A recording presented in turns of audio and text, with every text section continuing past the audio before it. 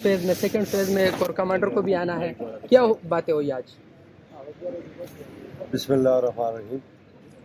अच्छा, जैसा आप सबको पता है कि खैबर पख्तूनख्वा एक बफर सूबा है जो पाकिस्तान और अफगानिस्तान के बाउंड्री पे वाक़ है। सदियों से पहले बरसगीर का और अब पूरे पाकिस्तान का जो भी फ्लक्स होता है, जो भी जब पॉलिसियाँ चेंज होती हैं और क्रॉस बॉर्डर एक्टिविटीज़ होती हैं तो उसके इफेक्टिव खैबर पख्तूनख्वा के लोग होते हैं।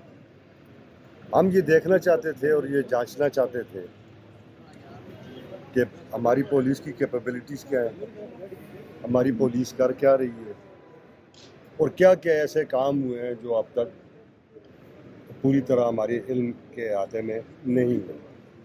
तो अल्लाह के फजल व करम से बहुत अच्छी आज सेशन हुआ हमारा।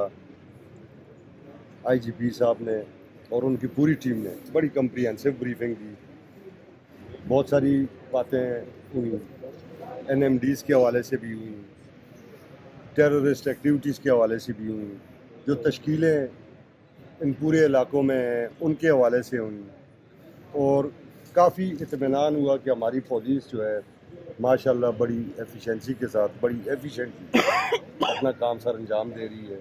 हमारा CTD का जो महकमा है, जिसको पिछली मरतबा भी पाकिस्तान तहरीक इंसाफ की हुकूमत ने और इस मरतबा भी जनाब सरदार अली अमीन खान गंडापुर की सरबराही में उनको फुल फैसिलिटेशन की थी, उनको हाई टेक इक्विपमेंट्स लेके दिए गए थे।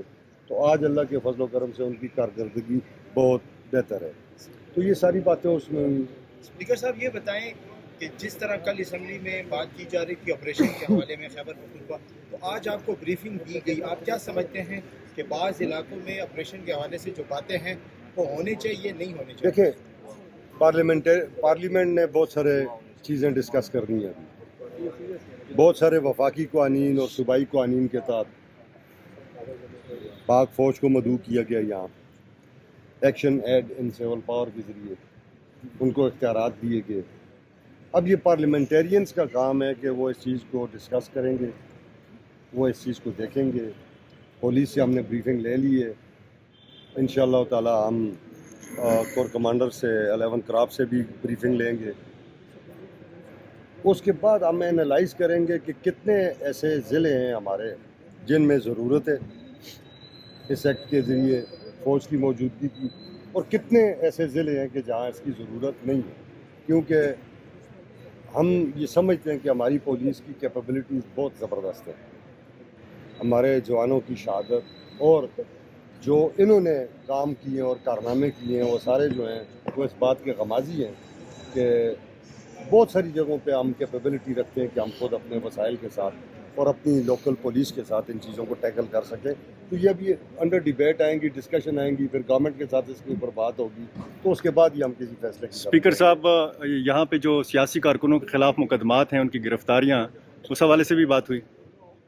आज उस हवाले से कोई बात नहीं हुई। आज खालिस्तान खैबर पख्तूनख्वा के लॉ एंड ऑर्डर के हवाले से बात हुई। आज हमने उस हवाले से कोई बात नहीं की, उस पर हम इरादा कोई उनके साथ दोबारा मीटिंग कर लेंगे।